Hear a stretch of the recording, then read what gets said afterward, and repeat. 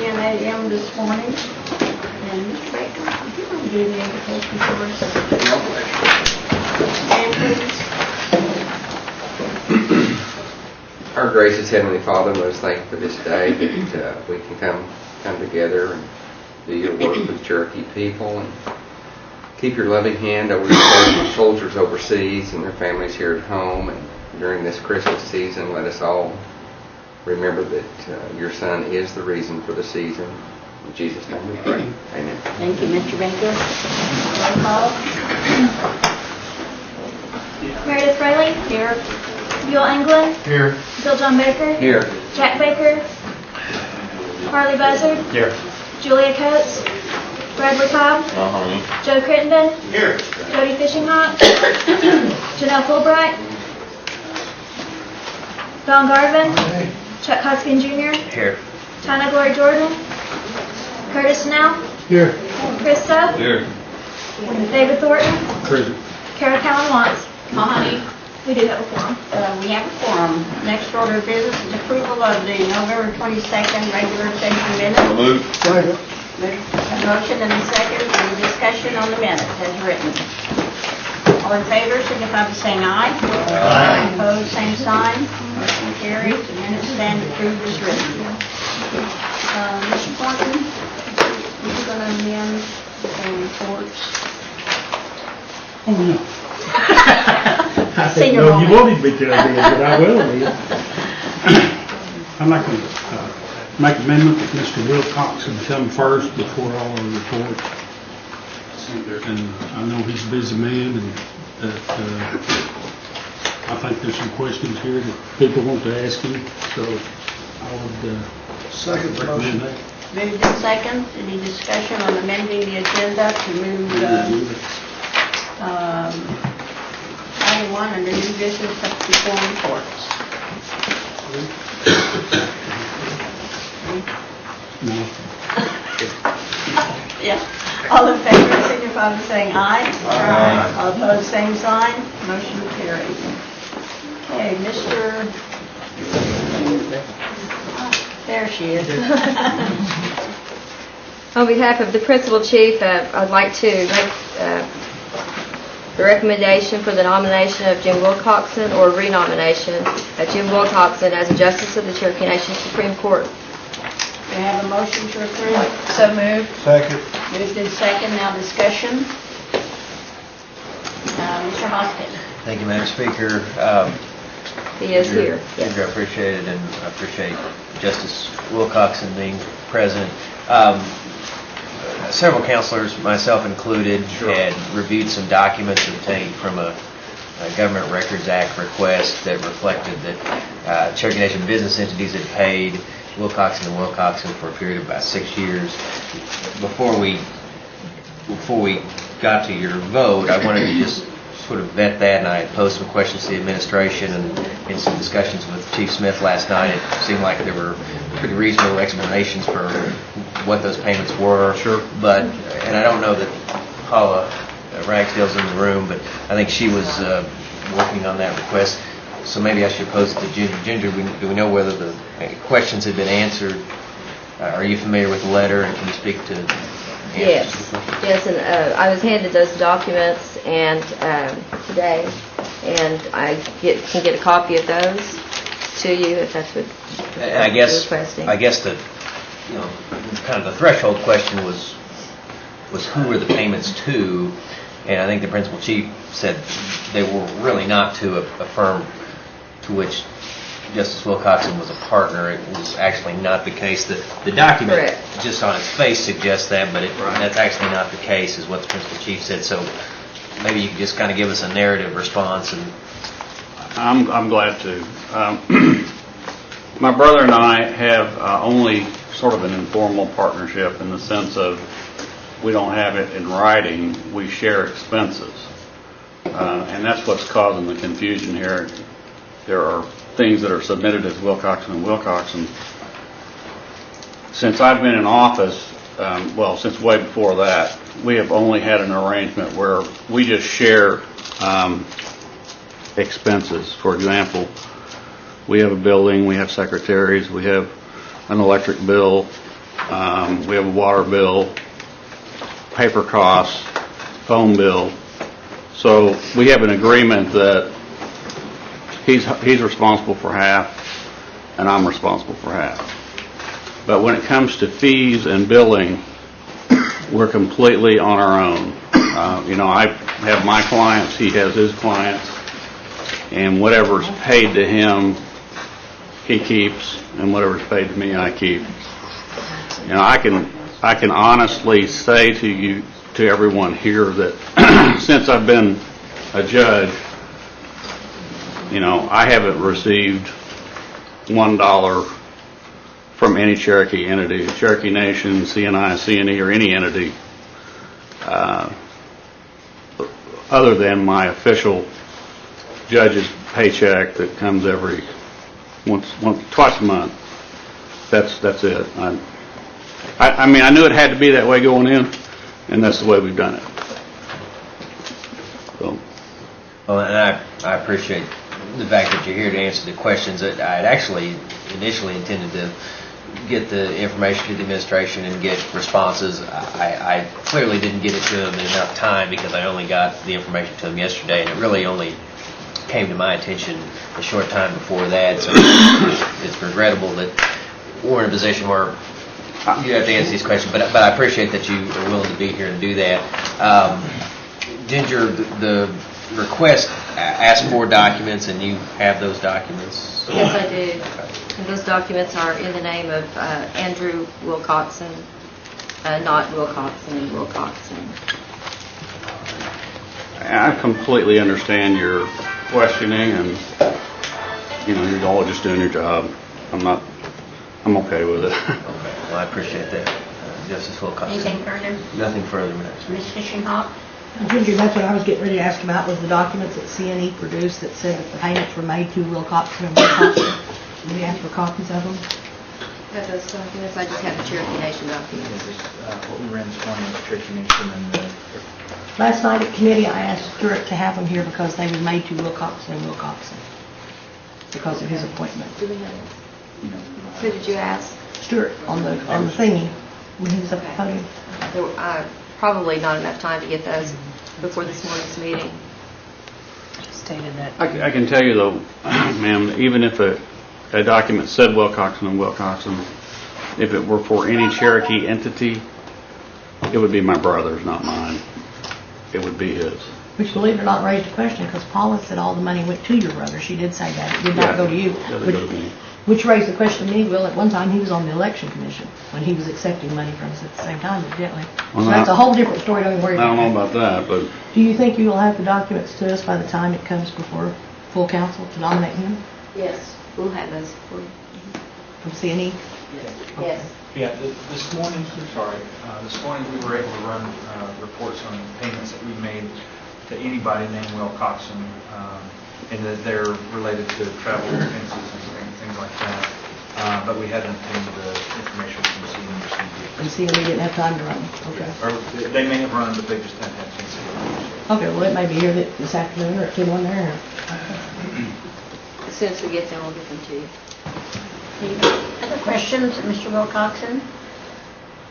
Would you like to say a few words, Mrs. Wilcoxon? well, since I'm here and it's the Christmas season, Merry Christmas.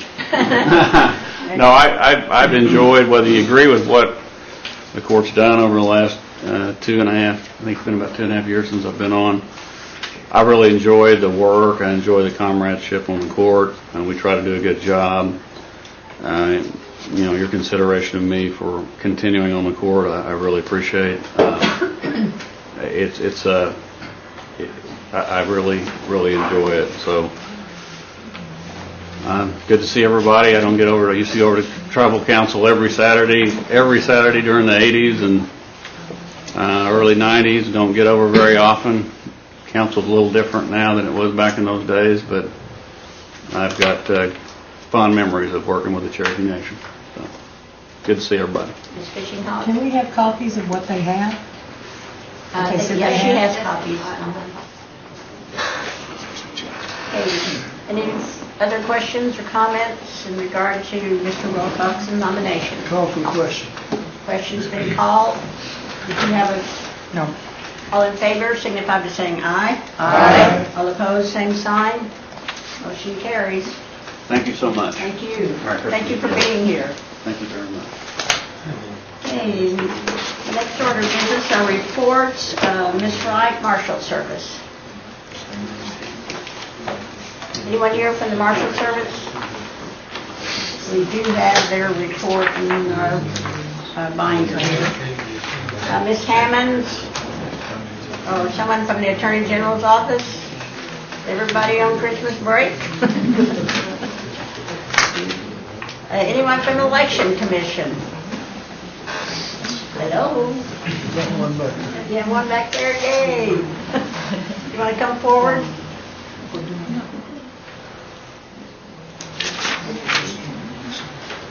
Hello. Hello, Could you introduce yourself? my name is Jenny. I work in the office. The Election Commission right now is in a meeting, so they just sent me over to, if y'all had any questions and to take notes. So, Any questions or comments for the Election Commission?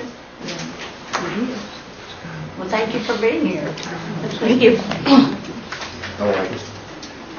Oh, You know, Mr. Buzzard, yeah, I we just- do have one, sorry. Well, it's not a question, it's just a comment for this committee. It's, you know, we get out of bed to get down here on time for our meetings.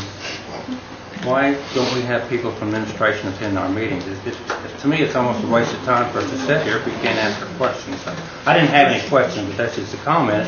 It's a little frustrating for me to see this happening. So I just want to pass it on to the comments. So it's a little frustrating for me to come to these meetings down here and we don't have anybody to give us reports. So that's just a comment I want to make.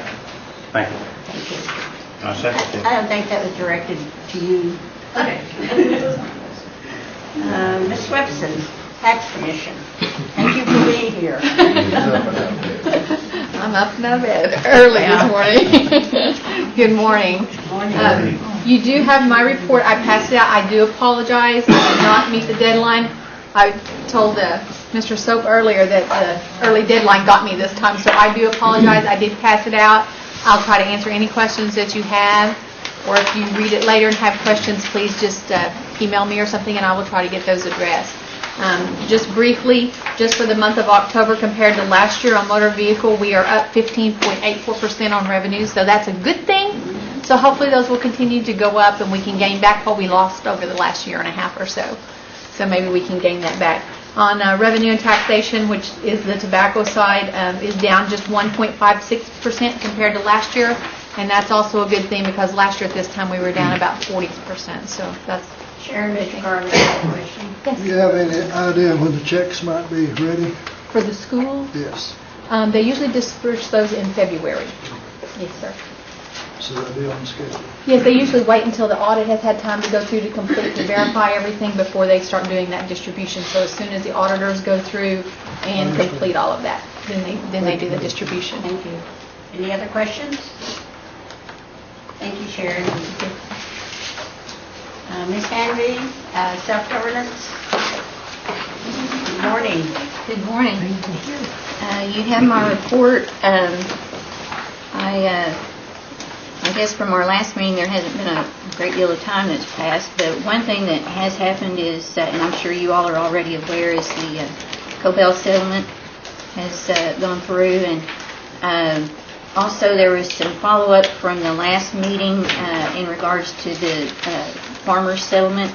I understand that our staff has gotten with you all, and that's been taken care of in the meantime, and I've been out of the office otherwise due to a death in the family for a few days, but that's all I have to report unless you have any questions. Mr. Hoskins? Thank you, Madam Speaker. With regard to the Cobell settlement, I had asked last month about the essentially the price tag that Senator Coburn put on it and how he balanced the budget, so to speak, by for lack of a better word, robbing from some other programs. Do we know what I wanted, and it's not a real time sensitive matter, but and you may not be the one to answer, but what I wanted from administration is whether they could sort of pinpoint how those cuts might impact Cherokee people. So I just maybe for the next month, follow up or on that, if yes. we could get more detailed response, I think. And within the bill, towards the end, it lists those items that, the WIC and the Health and Safety Act that was reduced, and but we can check into that for you further. Okay. I appreciate that. Thank you. Thank you, Ms. Reed. Ms. Gray, Vicki, when you get the information on the farmer settlement, you will also be participating, I guess, in the seminar or meeting that we're going to have with all of the minority farmers here. Pat had advised me that when we get to a certain point, that we'll try to have a public meeting. Okay. And I'm assuming that with your knowledge of that settlement, that you would participate in that meeting too? I would be glad to. If administration and the council would wish that, I'd be glad to. Because I think that we've got a number of people out there that are hoping to get additional information in the early spring regarding how to file their applications, how to get a claim, how to file it, and how to follow up on it. Thank you. Ms. Watts. Thank you, Madam Speaker. Do we, when I was reviewing some of that settlement information online, there was AG Holder indicated there might be some fraud issues. And I know we've had fraud in the area of farming and Indian folks around here sometimes. So can we make sure that there's some way that we help facilitate so folks aren't charging for the relationship with the government and the paperwork or making claims that they can get settlements? And is there a way we can help and, Other than, and I'm just saying off the cuff, that to me you need to notify the public and make them aware. We can't be responsible for other people's actions and what they choose to do, but we can make the public aware of what their rights are and what services are available to them, and make sure that they're aware that they, if someone is out there doing those things, that it's not in accordance. Well, so part of that would be that if we have resources where we're going to do the meeting or there's going to be a contact, that we make sure that's public knowledge and to kind of head off some of that potential behavior. And again, we're sorry about your loss. Possibly a public information release might be good for you all to consider, because filing for the claim form is about a 2-minute deal on the computer. And there are some people out here in the community that are charging to show these people how to get on the computer and file a claim. I mean, I know it's happening. It's happening right here in Tahlequah. I'm not going to name who it is, but I wouldn't be surprised if some of you already know.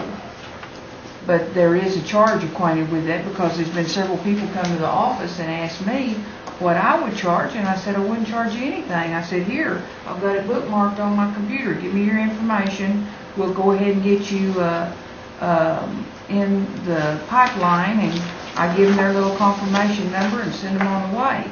But they had been approached by a person here in the community and received calls from this person that I'm going to be meeting with people on a certain day, and you all come on down, and it's going to cost you $1,500. And it's, honestly, it's a 2-minute thing on the computer.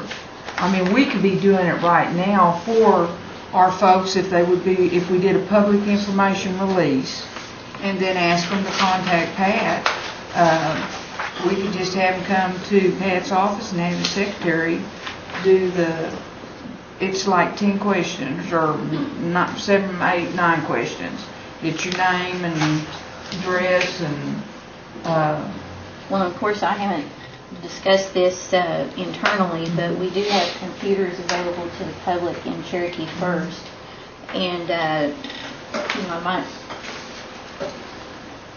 just, I'm sure that you all know this, but in the rural areas, like even where I live, computer access is a little difficult. You can only get dial-up unless you pay to have some satellite service. And so we have people that live in the rural areas that have either they don't have a computer at home or they don't have internet access and so forth. And but anyway, we do have already, if someone asked, we do have computers available to the public down in Cherokee First. And should they... The additional problem may be some of these are elderly folks, because you had to have had contact pre-99, I believe, with the right office in order to even be able to be eligible to get in this settlement.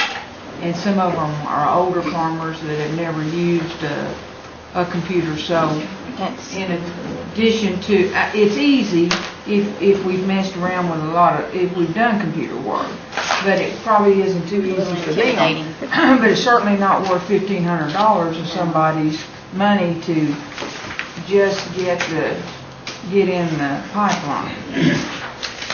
And I will follow up with it that. would also allow us to establish a group of people that we know we need to give notice to when we have that meeting in the spring, because they're not even going to give those packets out until there was about 4 or 5 little deadlines on that form, and you weren't going to get your packet real quick, but you'd get it within 60 days of something happening in the lawsuit. But it would behoove us, I think, to let our constituency know. I don't mind them coming down to the office, and I don't mind filling the form out for them, but we need to have some organization about it, because there's a number of people out here in the community that I think probably qualify. And I hate to see them spend $1,500 for 2 minutes of work. Okay. Mr. Baker? Yeah, and I was going to point out, we might just give Tyler's phone number, that's where I've been sending them. I wondered how I was getting all of them. Any other questions, comments, Ms. Handry? Yeah, really, thanks. Is that a Anything suggestion? further, Vicki? That's all I have. Thank you. Gaming Commission, Mr. Elvis Hummingbird. Thank you very much. Never going to live that one down, am I? All right.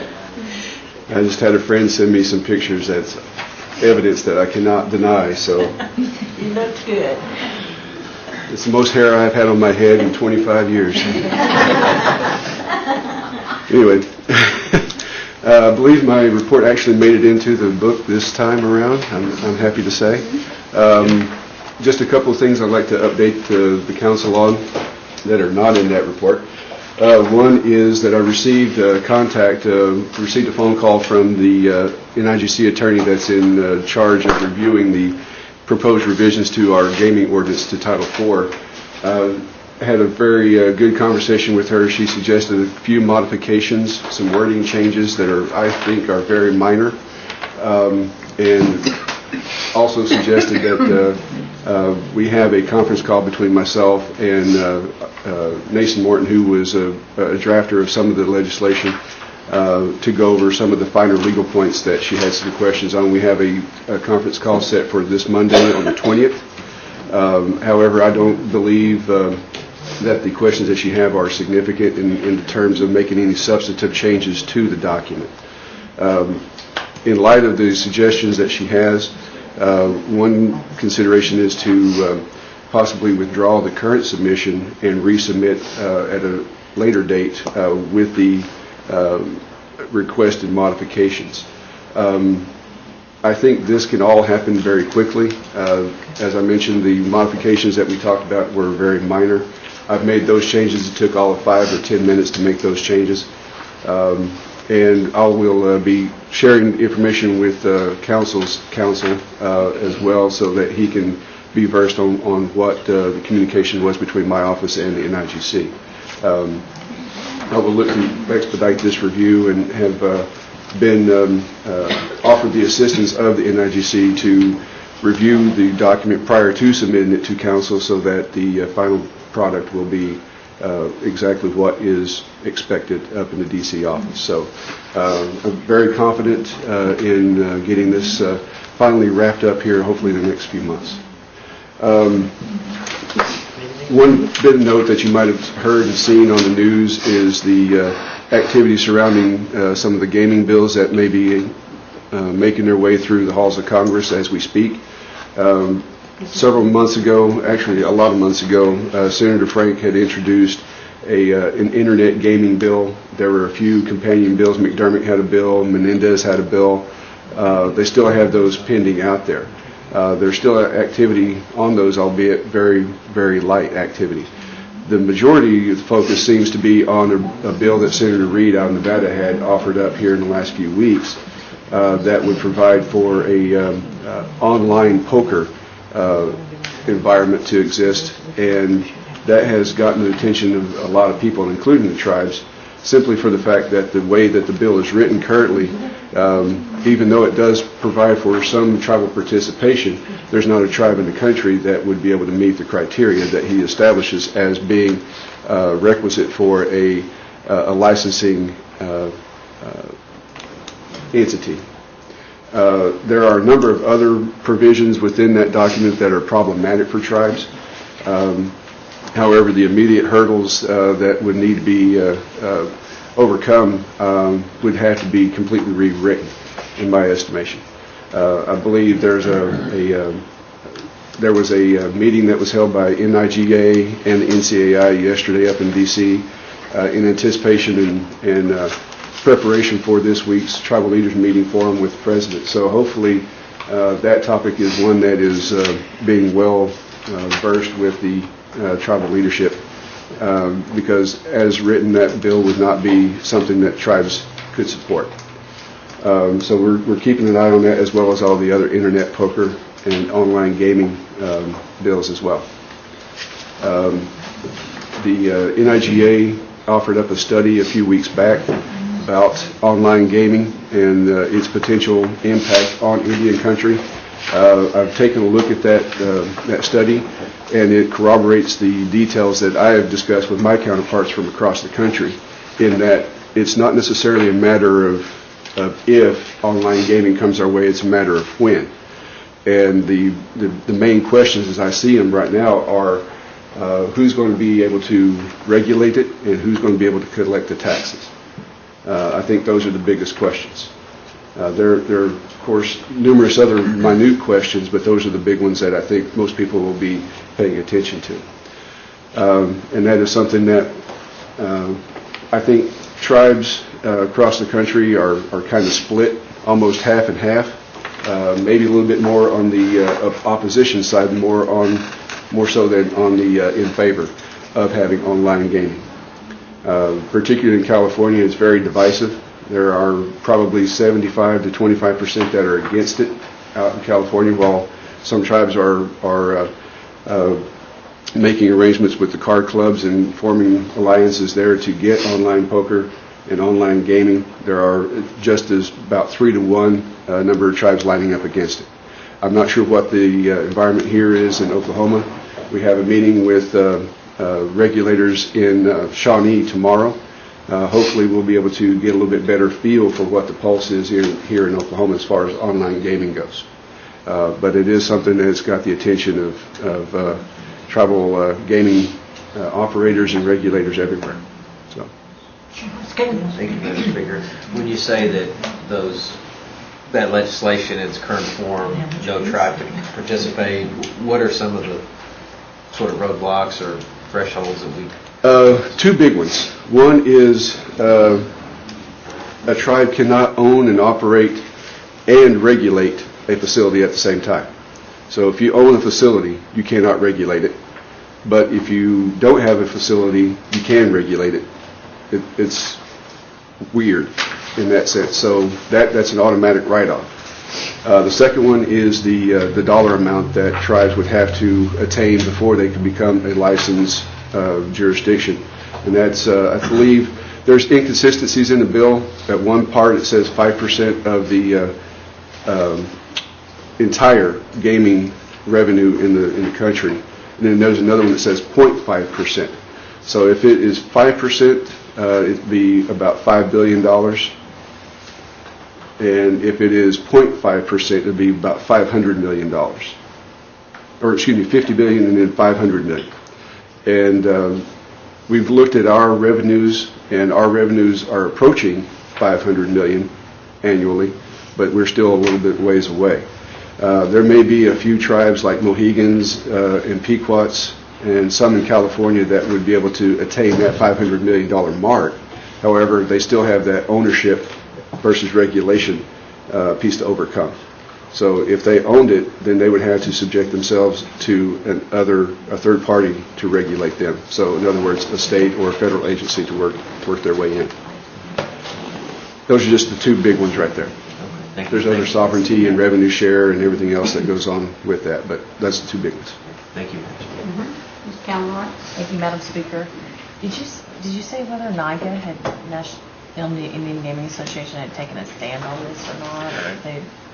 I don't think they've taken the stand just yet. They have gotten a study as far as online gaming goes.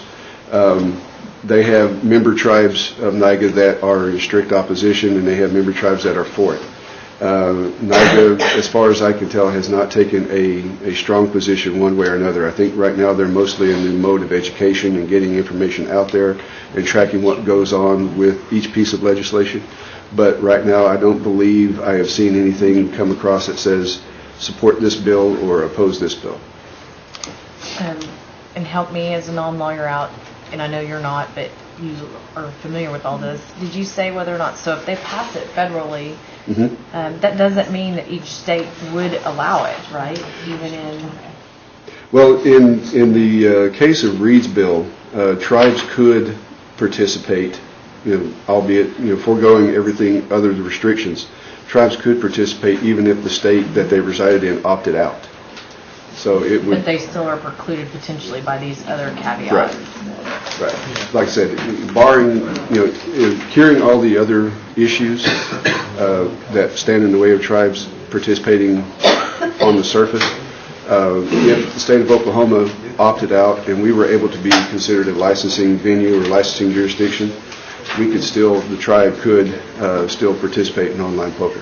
I guess I just don't understand how that's different than us being able to do class 3 or not. If Oklahoma doesn't participate, we would have to compact with them. So if they did participate with online gaming, then we would have to compact for them, but it would still be allowed if they compacted with us. Is that how it would be treated in reality? The way the Reed bill is written right now, even our current compacts for Class 3 games would not be affected, and we would not be required to compact with the state for anything on online gaming, for online poker. So has the state of Oklahoma been at the table on this? Because not that I'm aware of. Okay. Thank you, Madam Speaker. And the reason for that is that the Federal Act, or the Interstate Commerce Clause, or the Commerce Clause of the United States Constitution, would allow Congress, through its plenary power, to write pass an act that would, for lack of a better word, trump state law. Questions for Mr. Hummingbird? Thank you. You're welcome. Anything further? I'm good. All right, thank you for being here. Hey, Chris, thanks. Embry, codification. Yes, we had a very productive meeting with the judges and the justices of the judicial branch of the Cherokee Nation. They had again reasserted their desire to see a codification project completed in the very near future. We gave them information concerning our progress, and we have given them an assurance by April 1 that we will have the codification complete. That is a very realistic deadline. I spoke also with Mr. Morton, who's kind of the point person from the AG's office in this. We are awaiting just a few extra titles to complete. We're going to get revisions from Title IV one more time. There are a couple of acts that we will that I have targeted to get in front of the Rules Committee either in January or February concerning a guardianship code that is extremely needed by the judicial branch, and a Governmental Torts Claims Act to allow the district courts to further their further the use of district courts in tort actions in the Cherokee Nation. I believe that if, and the justices have concurred, that if such an act was with the Cherokee Nation, that it would, that more and more parties would avail themselves to Cherokee jurisdiction. So we're going to have that, the idea is to have those two acts ready for passage in February, get them ready for codification, send the whole package to West by April 1. So progress is ongoing. We have the use or the benefit of the use of the Cherokee Nation IT department that is going to format all these different titles into one regular or one uniform electronic format so it can be put in its final version. And I'll answer any questions. Questions for Mr. Hembry? Thank you for that report. I hate to interrupt you real quick, but could you ask somebody from the Marshal Service, the Attorney General Service, maybe they can be over here by the end of your meeting, because I've received 2 or 3 letters that I need to address to them. Okay. Is there someone can phone? I'll call. Todd, did you do that? Thank you. Okay, we have a special report today from the Youth Tribal Council, Ms. Cole. Glad you're here. Thank you, Madam Speaker. We're going to introduce them. We will. Oceana God. My name is Danielle Colt. I'm originally from the Claremore area, but I currently reside in Tahlequah because I'm a junior at Northeastern State University.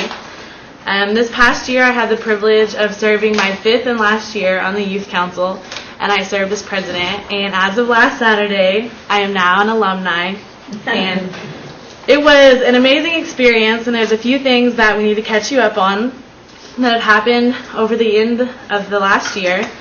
As you guys know, we went through a change. We moved over to leadership, and as a group, we decided on a new name. We're now the Cherokee Nation Youth Leadership Council. And in order to just keep the ball rolling on the change, we looked at our bylaws and we reviewed them, and there are some things that were just old and outdated, and we changed to apply to the new council and the new goals that we have set for the youth of today in the Cherokee Nation. And so I know that our advisor, Patrick Hill, has sent you guys the bylaws, so if you guys want to review them, and if you have any questions, I'm sure that he or I or any of the other youth counselors that changed them would love to answer any questions you have. Another big project that I'm really proud of is every year we always help in crisis through a canned food drive and a coat drive. And this year was by far the best we've had in the existence of the Youth Council. Our big projects where we got together as a group and set up outside Reesers. And as you guys can see with the report that we submitted, we collected over 865 items, just physical items, to donate. And we also got $643.37 in cash that all went to the shelter. And it was by far the biggest that we've ever had. And it was really touching because we had people that would just, we had a couple that just dropped off a whole cart. They just filled up. And we had one lady that wrote us a check for $100 just right off the bat. So we were really proud of it, and it really showed us what we could do when we came together as a group. We also do the coat drive for Help in Crisis. And this year we got 285 coats, which was a really high number for us too. And most of that goes to Corey Still and Christina Hanvey. They challenged the sororities and fraternities at OU to battle against each other, and they got a prize for their study week. And so a lot of our coats came from there. So we kind of finished this year out with a bang. Another thing that I'd like to do, because we haven't got a chance to report to you since the summer, is at the National Unity Conference, Cherokee Nation was recognized for their support. And so I'd like to formally present you guys with this award. That Unity, it's for Cherokee Nation. Unity was an amazing experience this year. We had a lot of leaders that stepped up to the plate and took an active role in Unity. And we had a lot of youth counselors that really came out of their shell, and it was a good experience to have them step up to the plate and really just be the leader that we need for Cherokee Nation in the future. The next person I'm going to call up is Brian Jackson. He wanted to tell you guys about his record. He attempted to break his world record. And so while he's talking about it, I'm going to pass around a few pictures that we took at the Unity Conference. Were we supposed to ask Morning, questions? Mr. Jackson. Well, Brian, do you want to come forward? Good morning, everyone. My name is Brian Jackson. I run the I Believe program, which the tribe has been sponsoring me for 8 to 9 years, and I appreciate the tribe's support. I've been going to Unity with the Youth Council for many years, and I would like to share with you that I'm always impressed with the group that the Youth Council has, what they learn, how they represent not just Cherokee Nation but Native Americans as a whole. This year, I was encouraged to try to reclaim one of my world records. One of my world records for the fastest hot water bottle burst was broken by a gentleman in Norway. And the gentleman in Norway went on to lift 1,013,000 pounds in 24 hours. So I do compete against some of the strongest men in the world. We went to Unity, and if it's okay, I'd like to pass these out. This is an actual page off of Guinness World Records. The record that I held was for the fastest hot water bottle burst, and a gentleman from Norway beat it in 18.81 seconds. We did it in San Diego at the Unity Conference. We had 3 people flying from Tokyo, 1 from New York.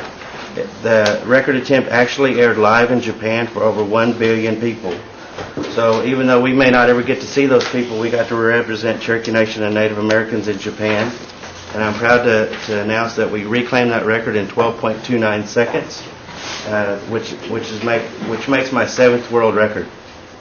So as Native American, it makes me proud to get to represent not just Cherokee Nation but Native Americans around the world. And just to let you know, we have a couple of other things coming up. We're going to, anybody that is from the Oologah area, we're going to be doing a world record with Oologah School, the whole school and some of the community members. And even though it sounds silly, we're going to go for the largest Duck Duck Goose game. It was the students' idea. So to me, instead of just getting to uplift and motivate a group, we get to work on a whole community. And then next November, we are also going to be doing a record attempt with the State Student Council meeting conference, which is a 4-day conference. Student council members from around the state will be here in Northeast Oklahoma in our area, and I've been asked to coordinate the largest dodgeball game, which is over 1,700. And they're going to actually do this, and we're going to be a part of it. And then last and least, February 13th and 14th, I've been invited to Los Angeles. Stan Lee, the creator of Spider-Man and X-Men, does a show called Superhumans, and they're going to do a segment on me, filming it 13th and 14th of February in Los Angeles. So as far as I know, I'm the only Native American that has been asked to do that show so far. So I'm very proud of what we've been able to achieve and accomplish, and I appreciate all your support as well as we continue and just being full of hot air. If anybody has any questions. Questions or comments for Brian? Thank you for that. And I appreciate your support. Thank you. So Unity was a really fun time for us. We got to see Brian break his world record again. So at this time, I'm going to ask if there's any questions for me, because if there's not any questions for me, I'm going to introduce you guys to our new counselors. And Ms. Watts. Thank you.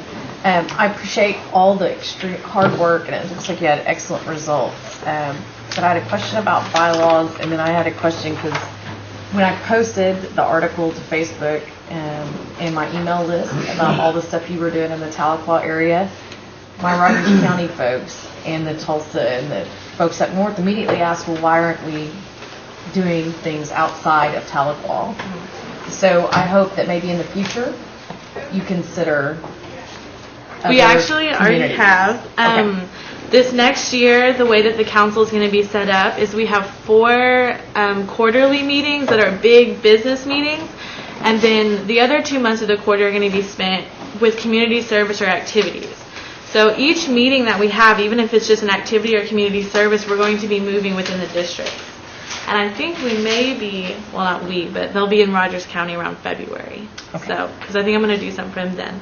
So, and I'll try and keep you guys updated on where they go. And I did encourage all the youth counselors to get out and meet their counselors and make that partnership. So hopefully you'll get the chance to see a lot of smiling faces that are ready to meet you guys. And on that first question, so we'll get an early date. We won't wait until the week before, Todd, and I'm sorry? we won't wait till the week before, the day before, to let us know you're going to be in our community. You're going to send us, or Patrick, you're going to send us like 2-3 months in advance. Oh, we'll do the typical 24-hour. Very good, very good. I just wanted to make sure we kept on pace. Yeah, we are So, making sure that we get all of the events related to the youth council and the youth choir and the other things that leadership is doing at least 30 to 45 days in advance. if not 2 months. I mean, if you're going to, our calendars are already packed, and we want to support the kids. So, the next question is, on the, not kids, youth, on the bylaws,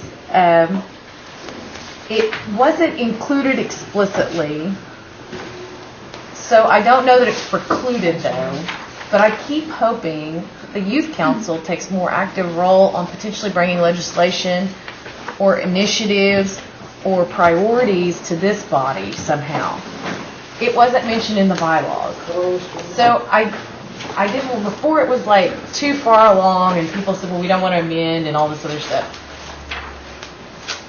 Is there plans and it's just not written in the bylaws? But I would think expectations should be that there's at least a piece of legislation every year that comes out, the partner or something, and it just wasn't in there. So Yeah, that is one of our goals. I'm sorry, that is one of our goals. Is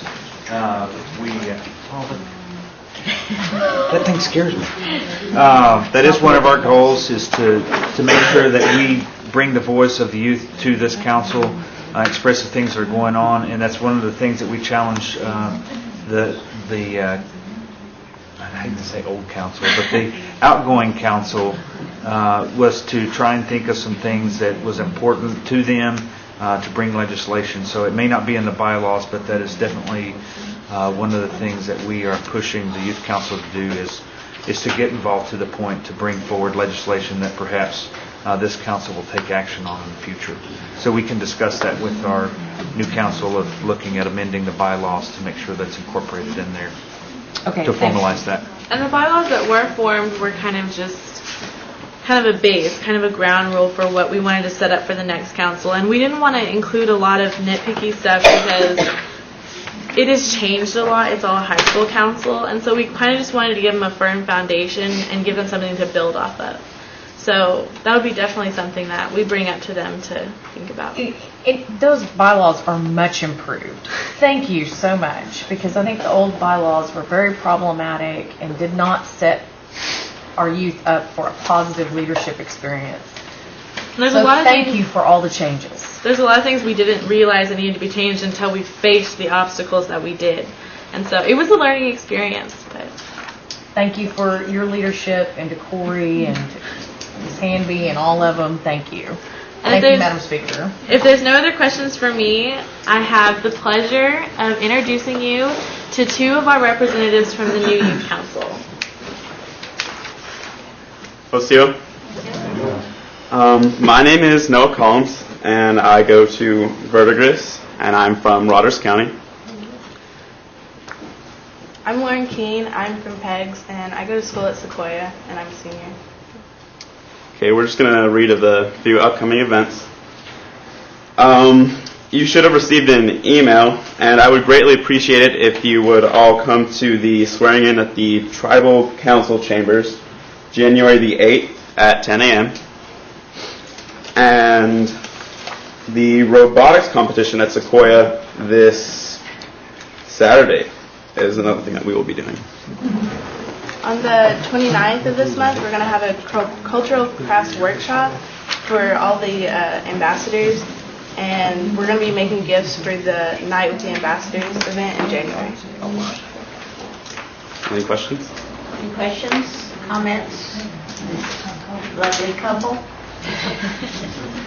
Thank you so much for being here. You all Mrs. Mankiller would be very proud of you. Her administration and council established the Youth Tribal Council back in '87, I think it was, so she would be proud of you. Thank you. Danielle, is that all you have? Yes, that's all we have to report to you guys. Thank you. Thank you guys. Thank you, Todd. We have someone from the Attorney General's office, Ms. Fishing Hawk. You had some questions for Diane? Diane, did you get the copy from either Todd just now? He just now showed it to me. I'm sure I can get a copy. Okay, I've received these letters in the mail. There's a third one that's piled at home. I don't think I've lost it so much as it's in a pile of paperwork over the past 2 months. Okay. If you'll give me the third one, I'll be happy to take a look at it. I assume that you're requesting my office look into those accusations? Yeah, because like I said, they wrote 3 letters. I just need it answered for they've sent them to me, they're concerned. I just need something to I'll do that. Let them know you've looked into it, I guess, because I'm not quite sure who all's involved. I don't know if they're from the same person. I don't know if they're from 3 different people. Okay. And I request that you and the Marshal Service work together so we can say something. We certainly will. Okay, thank you. Madam Speaker, I apologize. I didn't have this on my calendar. I don't know how I missed it. It's on my council calendar hanging above my desk, but I didn't have it on my personal calendar. I didn't mean to disrespect the office. So if there's any questions about our office or anything, I'll be happy to answer them belatedly now. Any questions or comments for Ms. Hammonds? Appreciate you being here, even if you didn't know you were supposed to be. I am here. Dr. Cobb? I appreciate you sending somebody up to Laurelsville on that case. There's several child cases, and I appreciate you sending somebody up there to be involved in that. You're very welcome. Thank you. Thank you. Thank you. Diane. Okay, next order of business is old business. It's Tribal Council travel expense policy. Someone had requested that this come back on the agenda, and there were 3 items, I think, that were questioned. One was based on the community meetings policy, shall at-large tribal council members continue to travel after December 24th, 2010? Anybody have any, I don't remember who posed that, but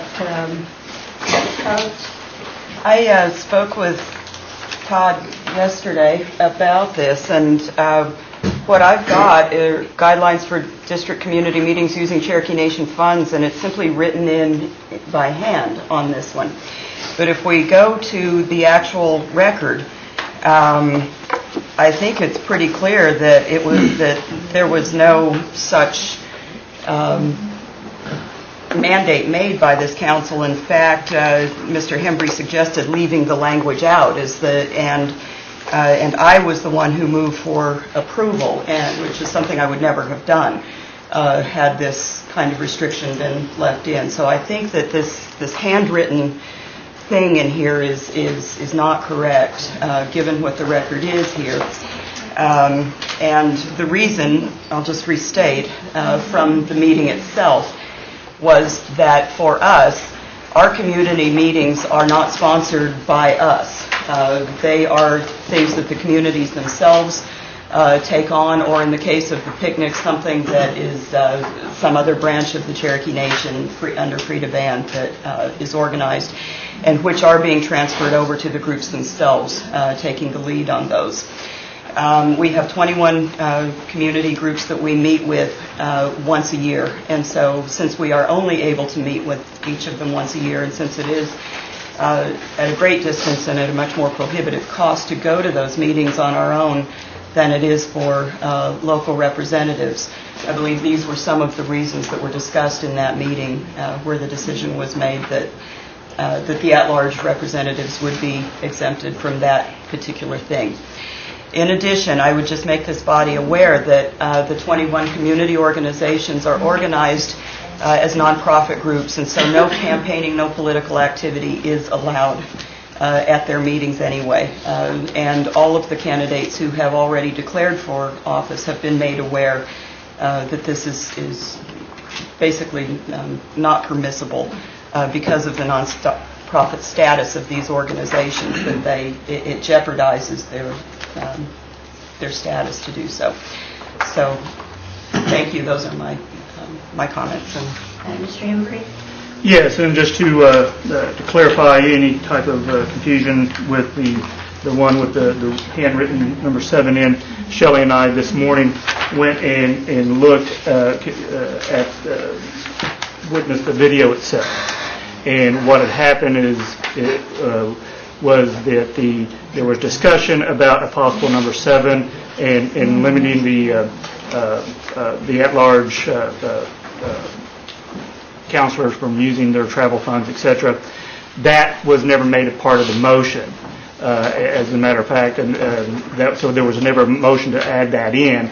And the vote that was approved, that you moved to approval, was the guidelines as is, which was 1 through 6. Okay, so the number 7 that is floating around there with the handwritten number 7 was never passed by the council. So what you have in your packet were the guidelines for district community meetings 1 through 6. That is what was passed, and also to comment further on the comments of Ms. Coates, is that these guidelines prohibit a counselor from hosting a community meeting. Okay, if a counselor is up for election, you during the election period, you cannot host a meeting in your district. To basically, the spirit of the guideline is to prohibit campaigning on the Cherokee Nation dime. The organizations, the 21 organizations, the California picnics, etc., those funds are paid for on the administration. Okay, they are intended to be politically neutral, but however, counselors and counselors who are candidates will be there. I want to make sure that it would be appropriate under the current guidelines for the at-large counselors to go to these out-of-district meetings. It would also be totally appropriate for any counselor on this body to use their travel funds to go to those meetings. So it's one set of counselors not being in a better position than the other. Every one of you would be a legitimate travel expense to go to those out-of-district meetings. Because number one, it's not paid. You're not hosting it. You're not paying for it through these funds. It is an official function of the Cherokee Nation, and you would have the ability to use your travel funds to go there. Thank you, Mr. Henry. Mr. Hoskin. Withdraw, Madam Speaker. Okay. Ms. Fishinghawk. My question, Todd, I guess this is the problem I have with it. I have a problem with anybody going on Cherokee dime during election year. It's within that 6-month period we agreed to. So whether it's coming out of travel, it's coming out of other units, I guess COTA, what have you, that's my problem, is still going on the Cherokee dime. Thank you. Ms. Coates? Well, I did want to make one clarification. It's the only things that of this type that the Cherokee Nation has expenditures on are the picnics, and it's actually out of COTA's budget rather than the administration's budget. But traveling on the Cherokee Nation's dime, we don't have an equal situation here. That's fine when you live in the district and it's a matter of, a half hour, 40 minutes or something at most maybe to travel to a community meeting. But it places the at-large counselors in a different sort of situation when we literally have to spend thousands of dollars to go on our own dime to these meetings. There's no political activity going on at these meetings. Whether it's an election cycle or not, we are still the elected representatives for these constituents, and it is the only time all year that we do see them. So I don't think it's appropriate to treat our situation as though it's exactly the same as the people in district. Thank you, Ms. Coates. Ms. Fishinghawk? Oh, I forgot to add, when I was going over the budget with all my constituents, they happened to ask me about the at-large, and I explained to them, since I found out that COTA is the one who holds that budget, and the next question they asked me was, well, who provides for COTA's budget? And I said, the tribal council. So That was the problem I was having explaining this. Any other questions, comments? All minds clear? Ms. Count Watts? I don't know that mine is clear because I understand that we need to draw a line and that we need to be clear, obviously, so that our jobs are defined so that we don't overstep a boundary of sorts, especially using the Cherokee Nation's money. I understand that. But I also see that the tribe cannot, and I think this is where I struggle with where that line should be set. The tribe can't just shut down for 6 months, especially now that we have elections every 2 years. It's not just going to occur every 4 years and shut down for 6 months. We're asking, I mean, if we're going to draw this bright line, then we have to draw it clearly for all 17 of us. And that means we would effectively shut down our ability to do our jobs 6 months every 2 years. So, I mean, that's becomes problematic. So I'm not clear that we're setting that line where we should today. If the question is whether or not we should say that they can't go to their own meetings in their district. Because whether folks agree with at-large communities or not, those are the same as our community meetings that are being held, whether that's monthly or yearly or quarterly or whatever throughout our districts. Thank you, Madam Speaker. Do you have a suggestion, Ms. Count Watts? I wish I did, because I would surely make it, because I would rather be a problem solver than sit here and talk about it more. Mr. Crittenden? Thank you, Madam Speaker. The people's money, we're supposed to be good stewards of the people's money. And I have a hard time for whatever it is, a picnic, a hog fry, a stomp dance, whatever it is, going outside the 14 candies. I'll just say it flat out so everybody understands how I feel about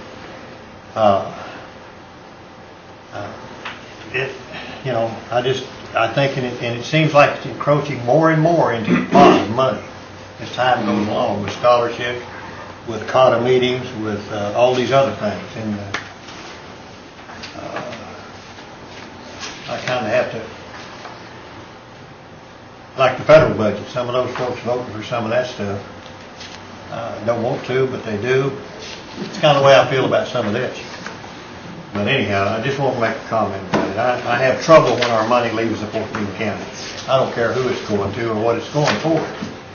Like presidential inauguration trips. How much do we get out of that? What do we get back from the people?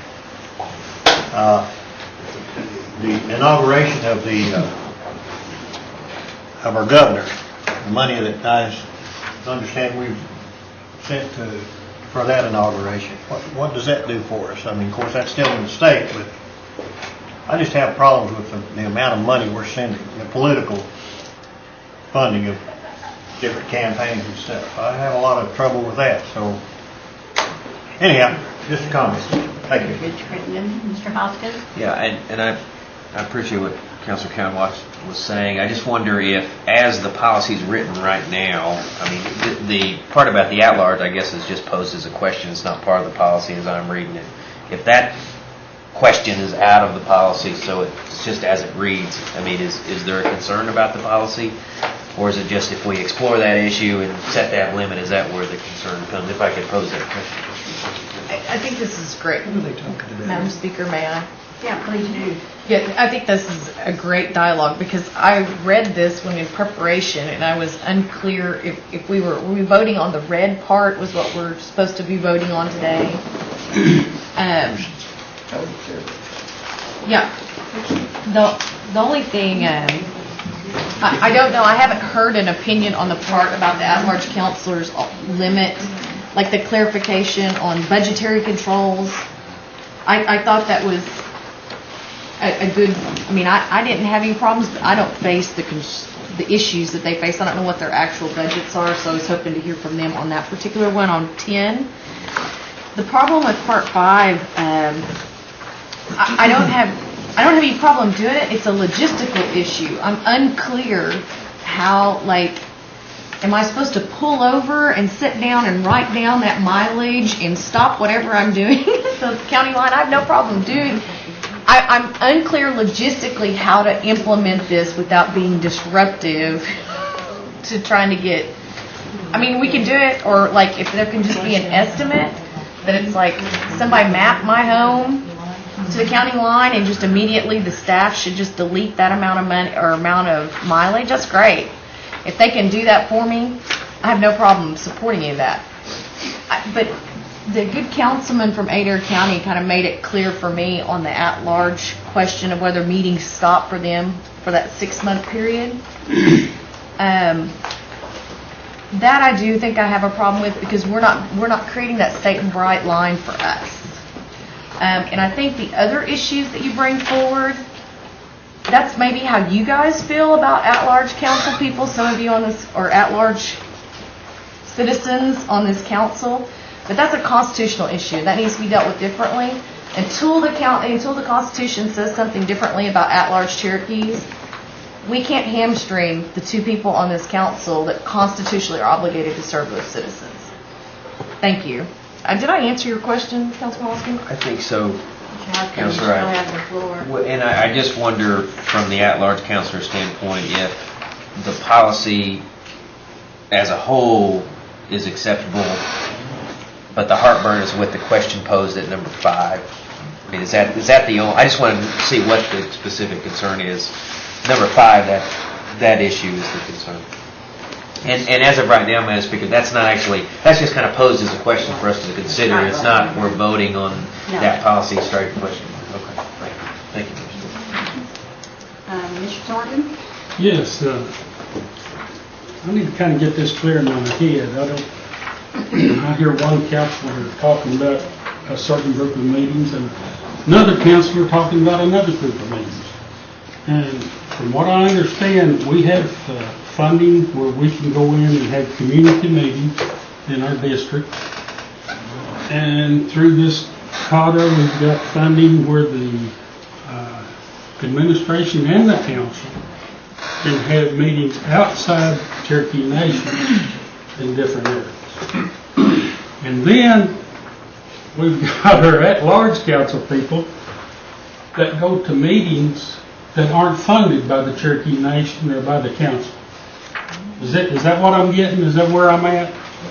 That's what our at-large counselor said down here. And those meetings are the ones that they would like to attend and I guess use your travel money. Is that what you're talking about? And I don't see a thing wrong with that. So what's the problem here?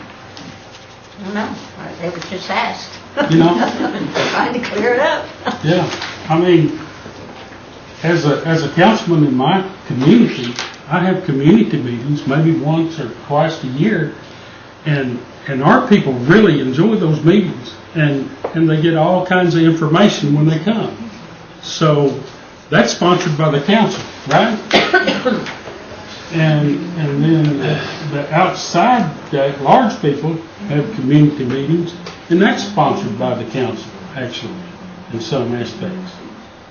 So then the at-large councilors, they go to meetings that aren't sponsored by this, but they use their travel funding to go there, and I could use mine if I want to go.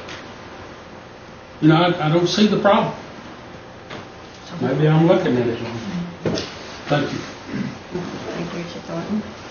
Mr. Baker? Oh, did you not have anything else? Mr. Hostin? All right. Mr. Crittenden? On page 4, is that the number 5 that somebody said they had a problem with? Or was it a different page? On page 2? Oh, okay, I'm sorry. I withdraw. Number 5 to me, I think Ms. Watts, I think she mentioned something about the subtracting the mileage and stuff. In Adair County, we're not quite as advanced, I guess, in some cases as maybe Rogers County is. We still have a lot of flint rocks and stuff in Adair County. And so we need a lot of road money and stuff. We're not quite far along as they are, maybe. But when I leave there going somewhere to a meeting, there's about 2 or 3 main ways I go. And I have no problem clocking from my house to the county line if I'm coming to Tahlequah. I've got essentially 2 roads to travel. Mr. Crittenden, can you hold off on that till we get to that? Sure, I will. Appreciate it. All right. We're on number 5 right now, in regard to guidelines for district community meetings using Cherokee Nation funds. Okay. On that one. Now, Watts. I'd like to make a motion that we approve it in entirety, except for no changes on number 5, the official travel to do with at-large traveling. It's page 2. As written, it's eliminating the red line of section 5. On page 2. On Yes. page 2. Yes. To deal with the caveat that the staff assist us to make sure, because I'm doing good to put my... Well, that's part of the problem. The staff needs some guidelines. And, I mean, one council wants this, one council wants that, and they need some strong guidelines. Go ahead. It's just that they assist us with whatever that mileage is supposed to be from the how we determine that to make sure we're in compliance. And then, yeah, so it's approve it with the other changes except for that one. You need a map? Where your county line is? There's not marked all over the place, so, I mean, for me to like determine and get a felony over 50 cents on a mile would be problematic for me, I think, or anyone else on this council. Okay, So- do I have a second? Second. Okay, now discussion. Mr. Thornton. As far as a good councilman over here from Adair County, I'm going to have to say that number 5, I can't agree with. I think that you people, being counselors and travel with a privately owned vehicle, need to read the federal statutes of travel. Which 5 are we talking about, please? What page? On page 4. Okay. And I would like to ask the councilman here, how many of you have read the federal statutes on travel for privately owned vehicles? Have any of you read it? I assume it's pretty late. Anyone? You have to really look hard to find this subject in there. And what it states, as long as you're traveling to go to meetings for federal funding, you have to be paid from your house to the meeting and back. So I think that's the reason that our own lawyers with the Cherokee Nation have stated that it isn't illegal. So we may have some lawsuits on this statute right here. Is that a friendly amendment? I'll have to make a friendly amendment to remove this. I'll accept. Thank you. Mr. Hoskins. Oh, just briefly, I think either policy we choose is acceptable. I actually don't think it's unlawful double dipping, so in that regard I agree with Councilman Thornton. But apart from a legal standpoint, what's the best policy? I think the policy we sort of reached a consensus on was a common sense one, which is we have $500 for in-district travel. We can set it at the county line. I don't know the federal regs on it. I do, in my other professional life, operate under the federal travel guidelines, and you do get it from point A to point B. But I think we're setting a policy that works for us, and I really don't think it would be unlawful if we say that the $500 is for all in-district travel. But my technical suggestion to all counselors is what's worked best for me is on MapQuest you can just really pinpoint more or less the county line. You can say I want to go from that point to Tahlequah, this address, and you don't even have to. We've had this conversation with administration. You don't even have to use your odometer readings anymore. You can refer to that MapQuest map, and it's a little cumbersome, but I think it is pretty easy to get your county line pinpoint. That's what I do. So that said, I'm not sure it's a good idea to strike that. I guess I'll support it if it's been a friendly amendment, but I think the policy we'd come up with was a good one. Thank you, Mr. Ms. Rayburn? I just want to make sure on the paragraph 5 on page 2, there is a cap on somewhere in the policy. There is a cap on how much travel at-large people can spend to go to their meetings, right? Somewhere in this. Is it $7,500 cap? Okay. So they're going to get an extra $7,500 to go to their meetings. Is that what we're talking about? That's what I understand. I just want to make sure I understand that. Mr. Baker, do you want to respond to her? Actually, that's already been in the budget and has been for the last 2 or 3 years. We just put an amount that we expect it to be. So it's not an additional $7,500 to the budget because it's already been in the budget.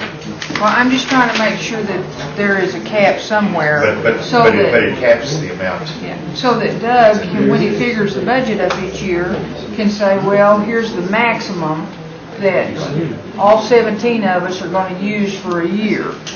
And that would, as long as there's a cap, I mean, I was seeing some different things from what they're seeing.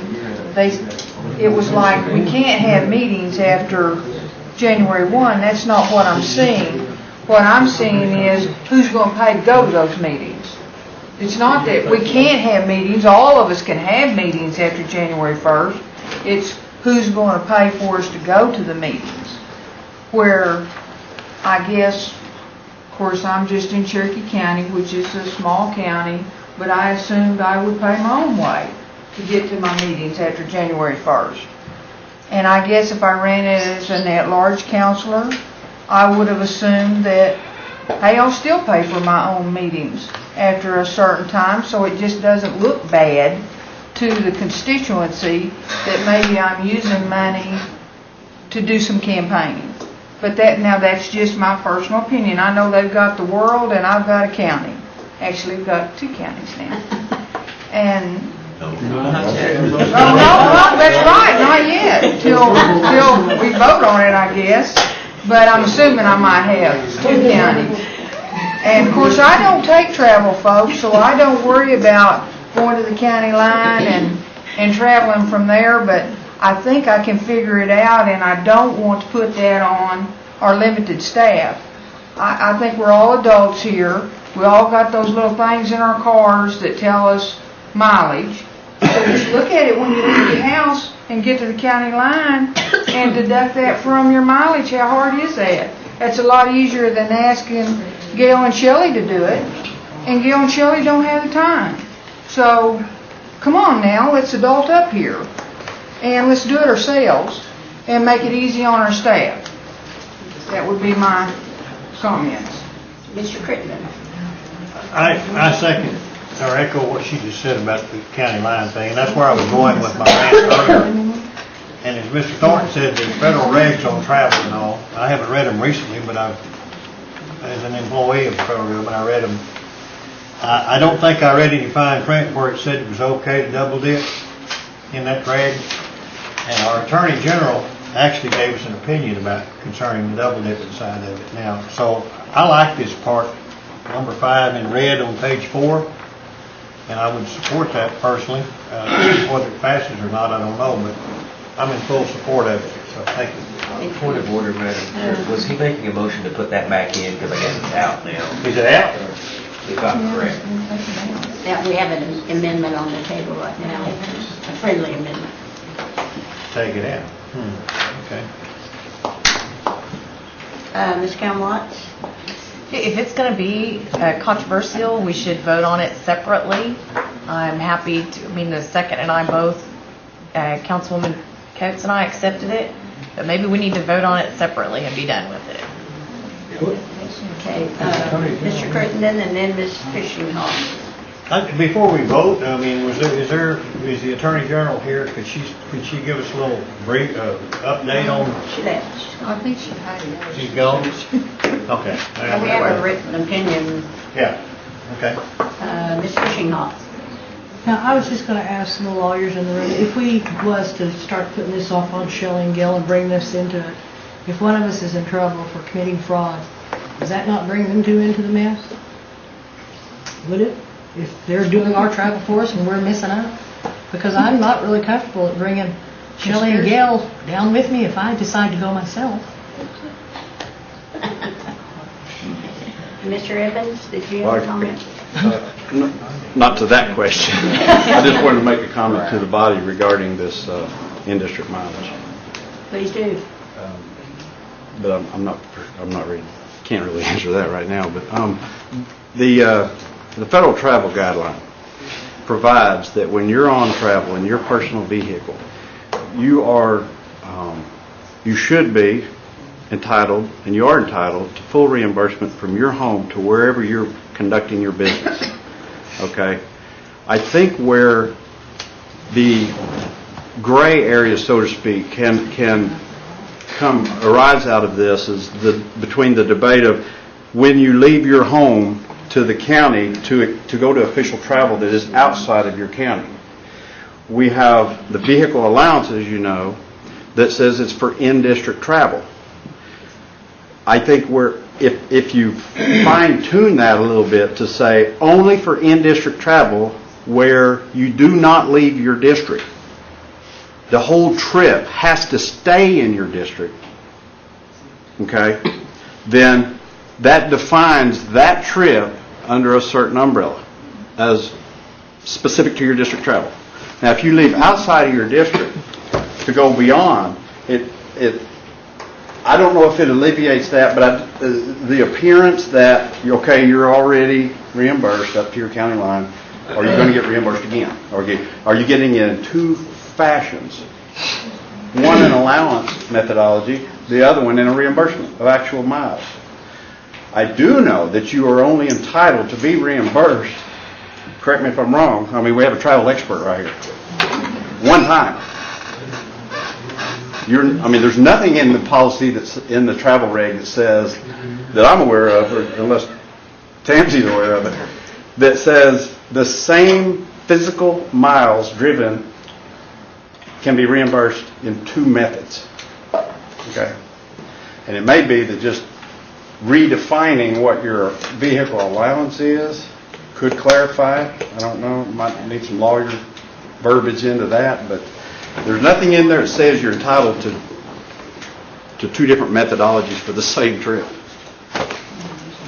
Mr. Hobson? Just briefly, Master Speaker, and I have a question. We're being compensated for travel in connection with essentially our employment.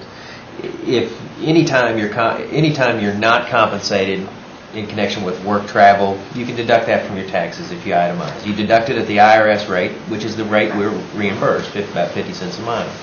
So if I felt like I was entitled for mileage from point A to point B, but when I submit my claims to Speaker Fraley, I'm only paid from the county line, and I try to deduct that 10 miles from Veneta to the county line and my taxes, isn't the question is, well, weren't you already reimbursed from that $500? Isn't that kind of the point here? We're already getting some money for those miles in district.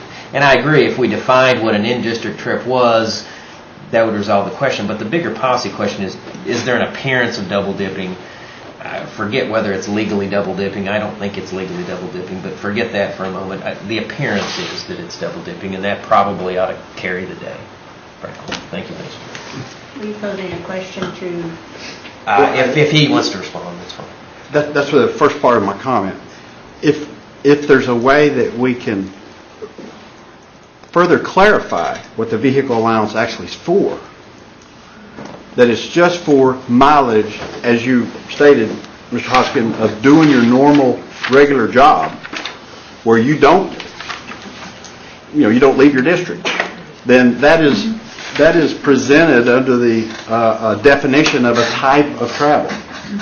Where if you come here and you leave your district to come here, that's a different type of travel, and it's defined. It's clearly defined as two separate. Is that can that clarify the appearance? Maybe. Then yes. Thank you. Mr. Thornton? Yes, when we first started this mileage inside the district, to me, and he clarified that, to me that was, if I get a call from NICUT and I have to go visit a person over there and back, that was covered under 500. If I get a call from anywhere and I have to travel there and back, if there's a meeting over there, a community meeting or a city council meeting or that I've been asked to go to, I go there and back, that was something. But that didn't include me going from Tahlequah to my home.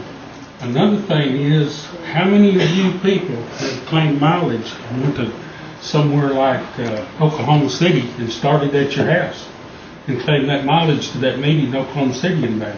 How many went to North Carolina and claimed that mileage from your house to North Carolina and back? How many went to the airports and claimed that mileage back? So I think if you're going to get into it, then you need to determine all that mileage, and if you're going to stop it at the county line, stop it at the county line for all of it, not just for coming to this meeting and back. And that's the way I feel about it. Thank you. Mr. Baker? Yes. Actually, I think our travel policy does have the wording that Doug suggests. It says, this vehicle allowance is to allow tribal council members to attend meetings and conduct tribal business within the boundaries of their district.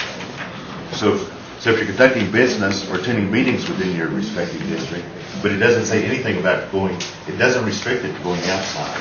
But if you go outside, it doesn't fall under this policy. Because the meetings would be outside your district and your tribal business would be outside the district. Because like I said, right now it says it's just to attend meetings and conduct tribal business within the boundaries of the district. And that's the way it's set up. So it's already written that way. Ms. Fulbright? The farther we go, the more confusing we get. I agree with Doug, but then if what Councilor Baker says, well, it's already written. The Attorney General gave us an opinion, and I've been going by what she says, which is not that hard for me to do, because I know I generally travel the same distance. I know exactly where the county line is. I started from there. But I kind of agree with Councilor Thornton about the whole deal. If it's inside the county, we're paying $500. That doesn't count when we're leaving. So the more we stir it up, the muddier it gets. That's all. Ms. Cal Watson and Mr. Thornton, then we'll stop discussion because, would you say we need to get... We got open house starting in 25 minutes. I had two questions. So And a meeting to go. does that mean that at-large can't start counting until they hit the jurisdiction of the Cherokee Nation? Well, No, that's not in that's- the motion. I'm trying to figure this out. So now I thought it was clear. And then, like, you want to read the it, other, Shirley? the other question was, because then the other thing was, well, if that's the case, because I always thought we were supposed to put actual mileage and it was the odometer reading. That's what I remember getting trained on. So if there's other meetings and I have to go around town in Tahlequah or whatever else, that's counted too. So I put actual. But it sounds like there just needs to be a MapQuest deal and somebody puts, this is the mileage, and whether I do other work for the Cherokee Nation while I'm here or not, I guess I just don't get reimbursed, and that's fine. Because I should not have to, instead of spending time doing the work of the people, I guess I'm going to be worried about mileage, which is fine. But it needs to be clear, and I need additional folks to like just do that for me then. If that's what's going to be the regulation, just get her done. Let's just forget about all this other stuff. So, I don't know, I guess when we came in at different times, we got trained differently. I don't know. Thank you, Madam Speaker. Mr. Thornton? One other thing that probably needs to go in there is that if we had 5 districts, what we don't have now, but if I go through Muskogee or go to Tulsa or somewhere, or we go to a meeting that we have to use the toll road, then we have to pay that toll. Are we gonna get reimbursed for that coal, or are we not gonna get reimbursed for that coal now? Because it may be inside our district. You know, we need to add that there too, to keep this thing straight. And there may be a couple other things come up before it's over. Speaker. I think this might be revisited if the 5-district thing passes. I just have a point of order. We have the motion is. We have an amendment on the floor. Oh, we have amendment to be voted on. It's not, no longer a friendly. Okay. He made a friendly, no, it was a friendly They amendment, and you accepted, right? Okay, so the friendly leaves what we have in our book in place. It strikes number 5 at page 2, that strikes that question. That's correct. And it also strikes the red line, number 5 at page 4. Is that correct? Yeah. Yes. And that's what's on the table right now. That's correct. So it just sets number 10. Okay. I guess I'm confused. Point of clarification. I thought, did we not do a division on the, didn't they offer to allow us to vote on whether we keep in 5, the red part of 5 on page 4 or not, and then vote on the whole question? I thought that. She was making that suggestion, but she didn't make the motion. Call the question. Well, The question's been called. What about a division of the The question? I question- still had the floor, didn't I? Go ahead. Point of order. Yes. I want to make a motion, we table this. I think it's unclear. People are getting confused. Second. The motion to table and the second, all in favor, you want to table next month? Yes. Okay. Would you like to add something from Mr. Hembry clarifying this? Yes, I would. Mr. I Hembry, will certainly have that prepared. I certainly do appreciate it. All in favor, signify by saying aye. Aye. All opposed, same sign. Motion carries. Any announcements? Madam Speaker, Yeah. just to make sure that the council is aware, there's more than or there's consideration that there will be a motion on the case to the Supreme Court because the Election Commission is out of compliance because of our lack of action last night. They were supposed to publish rules for this upcoming election last week, and we're waiting on us to act, and due to the failure to act, that timeline's clicking per our Supreme Court order. So there is consideration of a motion, and I just want to make sure everybody's aware. Thank you, Madam Speaker. I think that perhaps would be appropriate because after the special, the principal chief has called a special meeting on 12/24 at 10 a.m. And perhaps if there's no action then, I think that would be in order.